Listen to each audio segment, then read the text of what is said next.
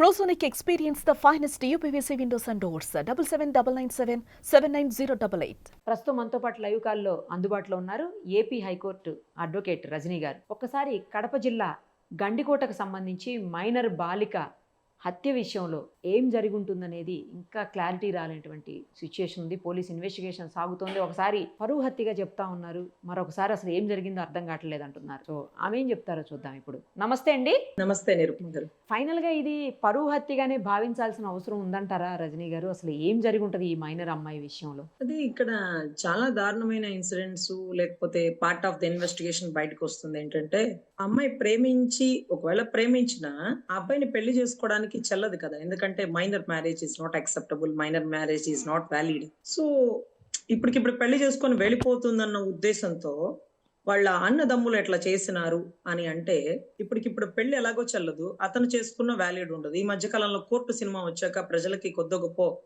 అవగాహన వచ్చిందనమాట. 18 ఏళ్ళు దాటకుండా పెళ్లి చేసుకుంటే చల్లదు, ఇలా పెళ్లి చేసుకున్నా బయటకు తీసుకెళ్లినా ఇంకేదైనా ఘటనకి పాల్పడినా మన మీద ఒక ఫోక్సో కేసు అప్లికేబుల్ అయిపోతుంది, లేకపోతే 376 అప్లికేబుల్ అవుతుంది అనేవి ప్రతి ఒక్కరికి తెలిసిన నాలెడ్జ్ అనమాట. అంటే ప్రేమించిన ప్రతి ఒక్కరు అలాంటి సినిమాలు కూడా చూస్తారు కాబట్టి దే కెన్ నాలెడ్జ్. ఈ పరువు హత్య అనడానికి అసలు మీరు చూడండి, పరువు హత్య చేసేది ఎవరు? తండ్రి, అంటే తల్లిదండ్రులకి వాళ్ళకి కుటుంబాలు, విలువలు, పరువు ఇవన్నీ ఉంటాయి కదా. ఈ అబ్బాయి అంటే ఈ పాప మైనర్ అంటే అతను ఎంత పెద్ద మేజర్ అయి ఉండడు కదా, పెద్ద మేజర్ అయి ఉండడు కదా.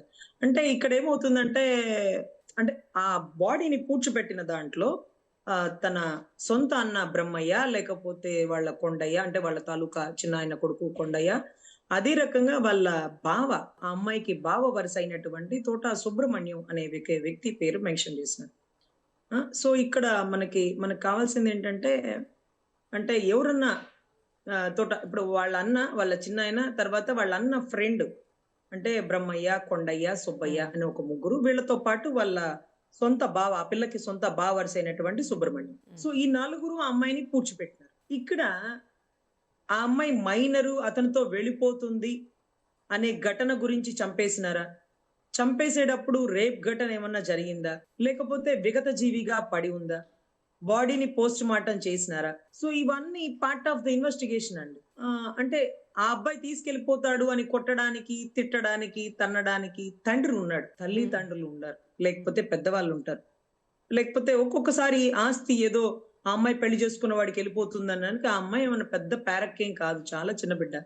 అమ్మాయి అప్పుడే పెళ్లి చేసుకున్న ఆస్తుల వాటాలు ఇవంతా నాలెడ్జ్ ఉండదు. ఆ కాసేపు వెళ్ళిపోదాము, అతనితో ప్రేమించినాను అట్లా ఆ ఉప్పెన సినిమా లాగే ఉంటది, కానీ అంతకు మించి ఉప్పొంగిపోయే ఆవేశాలు, ఆస్తు వాటాలు వాళ్ళకి ఏం తెలియదండి. సో అంటే ఇక్కడ incident part of the investigation లో ఈ ఇన్సిడెంట్ జరగడానికి పరువు అనే పదాన్ని పెట్టారు. ఎక్కడో సింక్ అవట్ల. పరువుతో చంపేసే పరిస్థితులు కావరు. ఆ అమ్మాయి పెళ్లి చేసుకొని వెళ్ళిపోయే సిచ్యువేషన్ ఆ అమ్మాయిది కాదు. మైనర్ పిల్ల, ఆ పెళ్లి చల్లదు, ఒకళ్ళు పెళ్లి చేసుకుని వెళ్ళిపోయినా మనం తెచ్చేయచ్చు, వాడిని లోపల ఎప్పించేయచ్చు. అంటే మనం పగ తీర్చుకోవాలి అంటే ఒకవేళ ఆ బిడ్డ మీద ప్రేమ ఉంటే ఆ అవతల వాడిని ఇబ్బంది పెడతారు. లేదు ఆ అమ్మాయి అతనితో వెళ్ళిపోతుందేమో అన్న భయంతో, ఆస్తిలో వాటి వెళ్ళిపోతుందన్న భయంతో చంపేసినారా అంటే అక్కడ వన్ థింగ్, ఆ అమ్మాయి అతనితో వెళ్ళిపోతే వెంటనే తీసుకుని వచ్చి ఆ అమ్మాయిని సెక్యూర్ పెట్టి ఆ అబ్బాయి మీద ఫోక్సో కేసు పెట్టి, సో ఇదొక ప్రాసెస్. అంటే అలా కూడా చేయలేదు. ఈ అమ్మాయినే చంపారు, దానికి కారణాన్ని పేరు పర్వన్ పెట్టేస్తారు. సో అది 100% ఒక ఇన్వెస్టిగేషన్ పార్ట్ లోకి వెళ్తే అది నాట్ ట్రూడ్ అవుతుందేమోనండి. ఎందుకంటే ఆ కోప ఆవేశాలు ఎప్పుడు తల్లిదండ్రుల దగ్గరే చూసినాను, కానీ అందులో అన్న అంటే ఒక పెద్ద వయసు కల్లా వ్యక్తులేం కాదు, వీళ్ళు చిన్నవాళ్లే, ఆల్మోస్ట్ మేజర్లు, కొంత వయసు ఉన్నవాళ్ళు. సో ఇక్కడ ఏదైతే వాళ్ళ బావ అన్న వ్యక్తి, సుబ్రహ్మణ్యం అన్న వ్యక్తి పూడ్చిపెట్టడానికి సహకరించినాడు కాబట్టి ఒకవేళ అనుమానించవలసినటువంటి పరిస్థితి, అంటే వీళ్ళతో పాటు అతను కూడా సపోర్ట్ చేసినాడు. సో ఇక్కడ చాలా అనుమానాలు లేవుతాయండి. బట్ సపోజ్ మనం ఇన్వెస్టిగేషన్ లో తేల్తాయి కాబట్టి అలర్ట్ గా ఎవరైనా ఉంటుంటారని చాలా పార్ట్ ఆఫ్ ద క్లూస్ మేము కూడా ఎక్కువ మీడియాలో ఇవ్వము. బట్ ఇక్కడ ఏం జరుగుతుందంటే ఇక్కడ పరువు అనేది ఒక నెపంగా వేసినారని నేను భావిస్తున్నాను. పరువు తల్లిదండ్రులు, ఇంట్లో పెద్దవాళ్ళు, తాతలు, గ్రామ పెద్దలు ఇలాంటి వాళ్ళ దగ్గర ఉంటది, కానీ అన్నదమ్ముల దగ్గర అంత ఉండదు. ఒకవేళ ఉన్నప్పటికీ ఆ అమ్మాయి ఏదో బీటెక్, ఎంటెక్ లేకపోతే డిగ్రీ అయిన పిల్ల అయితే పెళ్లి చేసుకొని వెళ్ళిపోతుందేమో, ఆ కోపంతో కొట్టేసినారనుకోవచ్చు. సో చూద్దామండి. ఇక్కడ ఏంటంటే ప్రాపర్ ఇన్వెస్టిగేషన్ లో ఇప్పుడు ఏదైతే జంబల్ మడుగు పరిసర ప్రాంతాల్లో నడుస్తుంది, అంటే ఆ అమ్మాయి మీద ఏదైనా ఘటన జరిగిందో ప్రాపర్ ఇన్వెస్టిగేషన్ చేయాలి. ఘటన జరిపే ప్రయత్నం చేసేటప్పుడు ఆ తొక్కిసలాటలో కూడా ఆ అమ్మాయి ప్రాణం పోయి ఉండొచ్చు. ఓకే. అంటే అక్కడ అన్నదమ్ములే ఉన్నారు కదా! మరి ఘటన ఎవరు చేస్తారు అంటే అంటే పూడ్చిపెట్టిన వాళ్ళలో ఒక వరుసైన వాడు కూడా ఉన్నాడు కదా! వాళ్ళ సొంత బావ వరుస వ్యక్తి ఉన్నాడు కదా! హుహు. సో ఏం జరిగిందనేది మనము ఆ 4 గోడల మధ్య జరిగింది ఫింగర్ ప్రింట్ ఇన్వెస్టిగేషను, లేకపోతే నార్కోట్ అనాలిసిక్స్, లేకపోతే క్లోజ్ టీము ఇవన్నీ కూడా నిర్ధారిస్తారు. బట్ పరువు అనేది తాపకి ఆడపిల్లల్ని చంపేసి పరువు హత్యలని, లేకపోతే ఆడబిడ్డల్ని ప్రేమించిన వారిని చంపేసి పరువు హత్యలని, అలా పిచ్చి మాటలు మాట్లాడడం కరెక్ట్ కాదండి. ఎక్కడ ఆ ప్రేమకి కులాలు, మతాలు? ఇందిరాగాంధీ గారు ఏ ఏ మతస్థుడిని పెళ్లి చేసుకున్నారు? ఏ కులస్తుడతను? ఏ మతస్థుడు? మీరు ఆలోచించండి. జవహర్‌లాల్ నెహ్రూ గారి కూతురికి మరి అంత గొప్పగా ఉండే ఆడబిడ్డ ఎందుకు ఒక అన్య మతస్థుడిని చేసుకుంది? వాళ్ళకక్కడ కులాలు, మతాలు పెద్ద పెద్ద వాళ్ళకి ఉండదండి. రాజకీయ నాయకులకు ఉండదు. వాళ్ళ మనసు కలిసిన వ్యక్తులైతే చాలండి. మరి రాహుల్ గాంధీ గారు ఎవరిని పెళ్లి చేసుకుంటారు? లేకపోతే ఆ రాజీవ్ గాంధీ గారిని ఎవరిని పెళ్లి చేసుకున్నారు? ఇవన్నీ మీరు చూస్తున్నారు కదా! సో ఇక్కడ ఎంతో మంది ఫిల్మ్ స్టార్ ఫ్యామిలీస్‌లో కూడా ఇంకో కులాల పిల్లల్ని, ఇంకో కులాల వాళ్ళు, ఇంకో కులాల అమ్మాయిల్ని పెళ్లి చేసుకున్నప్పుడు వాళ్ళకి లేని పరువులు మీకెందుకు? మనసులు కలవాలి. ఈరోజు మీరు జాతకాలు, నక్షత్రాలు అని అన్నీ చెప్పి కదుపుతున్నారే, తెల్లారి లెగిస్తే ఎన్ని కేసులు మాకు విడాకులకొస్తున్నాయో తెలుసా? హుహు. నేను అప్పటికే అడుగుతాను. ఏవండి మంచి జాతకాలు కలిపి ఉండాల్సిందంటే, అమ్మో! అత్యంత ప్రీతిపాత్రమైన జాతకాలమ్మా వీరిద్దరివి. కానీ ఓహ్! కలవలేదేంటో ఆశ్చర్యం అని. మీరు అనుకుంటారు జాతకాలు, కులాలు, మతాలు, చుట్టాలు ఇవన్నీ ఉండవండి. ముహూర్తాలు. మనసుకు నచ్చిన వాళ్ళని మనస్ఫూర్తిగా పెళ్లి చేసుకునే స్వతంత్రాన్ని మీరు కల్పించండి. ఎందుకంటే వాళ్ళు ఇంకెవరితో చెప్పుకుంటారు? వాళ్ళ ఆశలు గాని, వాళ్ళ కోరికలు కానీ, మీతో కాకపోతే ఎవరితో చెప్పుకుంటారు? కానీ వాళ్ళు సెలెక్ట్ చేసుకున్న వ్యక్తులు మంచి వాళ్ళా? కాదా? అని మీరు ఒక్కసారి వాళ్ళకి తెలియచెప్పండి. అందులో తప్పు లేదు. నువ్వు చేసుకుందాం అనుకున్న వ్యక్తి ఇలాంటి వ్యక్తి, అతను ఈ కేసుల్లో ముద్దాయి, వద్దమ్మా ఇలాంటి వ్యక్తి, మంచి వ్యక్తిని చూసుకో. ఇతనొద్దు, మంచి వ్యక్తిని చూసుకో. నువ్వు నచ్చిన వ్యక్తినే నేను పెళ్లి చేస్తాను. మతాలొద్దు, కులాలొద్దు. నా బిడ్డ సంతోషంగా ఉండాలి అనేటటువంటి ఒక హ్మ్. మనస్ఫూర్తిగా మనం వాటిని ప్రోత్సహించాలండి. ఇంకా కూడా ఇలా వేరియేషన్ ఉండడం వల్ల కులాల ఓట్లు, మతాల ఓట్లు, కుల చిచ్చులు, మత చిచ్చులు ఇవన్నీ ఎందుకుంటున్నాయంటే ఇంకా అన్ని కులాల వారు ఒకరికొకరు దగ్గర కాలేని పరిస్థితులు. సో, ఇటువంటి పరిస్థితుల్లో చంపేసి పరువు హత్య అని పిచ్చి పేర్లు పెడితే పోలీసులు ఊరుకోరండి. పరువు కోసం చంపావా? లేకపోతే ఏదైనా ఘటన జరిగిపోతూ తొక్కిసలాటలో ఆ పిల్ల చనిపోయిందా? లేకపోతే ఆ పిల్ల నీతో కోఆపరేట్ చేయట్లేదని చంపేసినావా? దానికి పరువు హత్య ఏంటి? ఆ ప్రేమించినోడికి దీనికేం సంబంధం? ఆ పిల్ల చిన్న పిల్ల గదా! తెలుసో తెలియకో చేస్తే మీరు గట్టిగా మందలించాలా? లేకపోతే పెళ్లి చేసుకొని వెళ్ళిపోయినా వెనక్కి తీసుకొచ్చేయొచ్చు కదా! ఆ కారణంగా చంపేస్తావా? నువ్వేమన్నా తండ్రివా? నువ్వేమన్నా కనిపెంచిన తల్లివా? నీకేం హక్కుందని చంపుతావు? ఎవర్రా నువ్వు? అంటే హక్కులున్న వాళ్ళే చంపే అధికారం లేదన్నప్పుడు ఒక అన్న స్థానంలో ఉన్న వ్యక్తి చంపి పూడ్చిపెట్టడం ఏంటండి? ఆస్తి మొత్తం తినేద్దామనా? ఆడబిడ్డకి ఇవ్వకూడదనా? సో, చాలా దారుణమండి. ఇటువంటి ఇన్వెస్టిగేషన్‌లో ప్రాపర్ ఇన్వెస్టిగేషన్ చేసి దానికి కారణాలు వెలికి తీయాలి గానీ ఏదో ఒక ముద్ర వేసేసి ఇది పరువు హత్య, కేస్ క్లోజ్డ్. హ్మ్.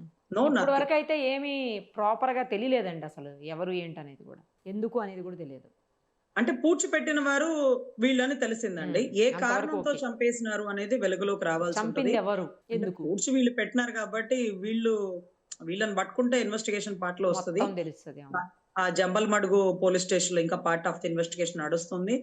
పోలీసులతో పాటు సీఐడీ గూడా ఇన్వాల్వ్ అవుతది. కొన్ని విలువైన విషయాలు వెలుగులోకి రానప్పుడు టక్‌మని సీఐడీ వచ్చేస్తుంది.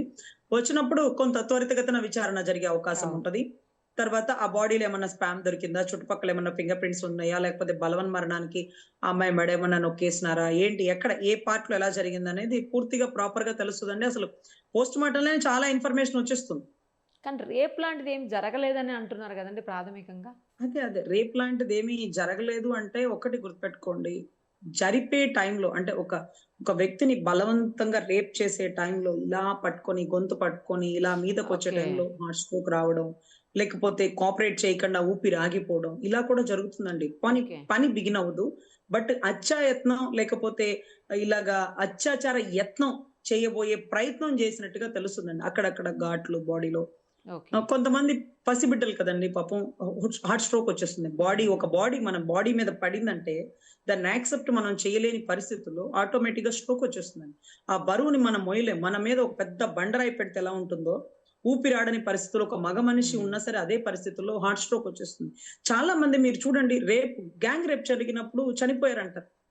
గ్యాంగ్ రేప్ చేసినప్పుడు. అంటే అవును. ఒక అవును. మనిషిని ఇద్దరు, ముగ్గురు కలిసి రేప్ చేసినప్పుడు చనిపోతారా అంటే in the investigation of the proper case డైరీలో అంటే నలుగురు కలిసి చేసినా, ఐదుగురు కలిసి చేసినా మనిషి చనిపోరు. కానీ ఊపిరాడక, ఊపిరాడని పరిస్థితుల్లో ఏది తెలియని పరిస్థితుల్లో అది మొదటిసారి కావడం, దానివల్ల బాడీ బ్లీడింగ్ అయిపోవడం, ఊపిరాడని పరిస్థితుల్లో చనిపోతారు. సో ఇటువంటి పరిస్థితుల్లో హత్యాయత్నం, ఆత్మహత్యాయత్నం కాకుండా ఈ అత్యాచార యత్నం అంటే చెయ్యబోయాడు. ఆ హ్మ్. టైంలో కూడా చనిపోతారు. హ్మ్. ఇది రేప్ జరగలేదు ఈ బాడీకి అని మీరు చెప్పేస్తారు. కానీ రేప్ చేయబోయారేమో. హ్మ్. ఆ ప్రాణంతో తప్పించుకునే ప్రయత్నంలో, ఆ తొక్కిసలాటలో, ఆ వెసులుబాటులో ఆ బిడ్డ చనిపోయిందేమో. సో, ఆ ఇన్వెస్టిగేషన్ పార్ట్ కూడా పూర్తి చేయాలండి. అక్కడేమీ లేదు. ఇలాగే చేసినారు. ఆ అబ్బాయిని ప్రేమించాడని కోపంతో చంపేసినాడు. సో, ఇది కరెక్ట్ కాదు. అలా కోపంతో చంపేసినాడు అనే వ్యక్తి, ఆ వ్యక్తి బ్యాక్‌గ్రౌండ్ కూడా మనం చెక్ చేయాలి. అతను కోపంగా ఉంటాడా? గతంలో ఏదైనా గొడవల్లో పాల్పడిన వ్యక్తా? లేకపోతే అంతకుముందు ఇలాంటి వ్యక్తులు అంటే ఇలాంటి చిన్న చిన్న విషయాలకు కోప్పడి వస్తువులు పగలగొట్టడం, ఇంకోటి ఇవన్నీ ఉన్న నేర చరిత్ర కలిగిన, నేర ప్రవృత్తి కలిగిన వాడే అంత హ్మ్. కోపాన్ని అప్పటికప్పుడు తెచ్చుకోగలడు. ఓకే. ప్రశాంతంగా వివేకానందుడిలాగా ఉండేవాడు ఒక మనిషిని చంపేసి దాన్ని పూడ్చిపెట్టేంత స్టైల్ ఆఫ్ లివింగ్ ఉండదు కదండీ. అది ఓకే. పెద్ద సివియర్‌లో సీనియర్‌లకి తెలుస్తది. హ్మ్. ఎక్కడ పూడ్చిపెట్టాలి, ఎలా చేయాలని, ఇన్ని రోజుల వరకు తెలియకపోవడానికి, కప్పెట్టడానికి అంత నాలెడ్జ్ ఉండదు. అందుకనే ఆ నలుగురిని పట్టుకుంటే దీని వెనకాల ఇంకెవరైనా ఉన్నారా? ఎవరైనా తెలుసు. రేప్ చేయకపోయి చనిపోయిందా ఆ పిల్ల? మీ అక్కని ఇలా చేసేసినాం పూడ్చిపెట్టేయండిరా.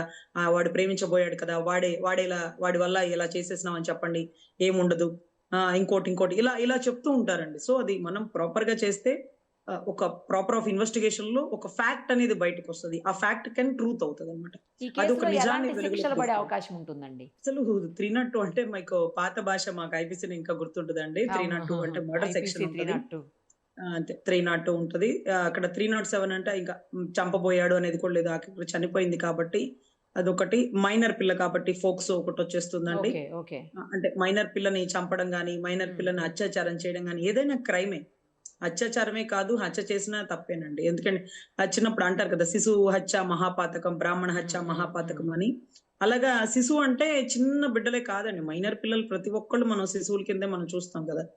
సో, ఆ రకంగా ఆ ఫోక్సో యాక్ట్ లేకపోతే 302 లేకపోతే క్రిమినల్ కాన్సిక్వెన్సీ కుట్ర కోణంతో చంపేసినారు. లేకపోతే 34 ఐపీసీ కామన్ ఇంటెన్షన్ ఇవన్నీ కూడా క్రిమినల్ ఇంటిమేషను ఇవన్నీ కూడా వన్ బై వన్ వచ్చేస్తాయండి. వాటెవర్ ఇట్ మే బి శిక్ష మాత్రం 10 సంవత్సరాల పైచిలుకు పడతది. ముందు ఇమ్మీడియేట్‌గా అరెస్ట్ చేస్తారు.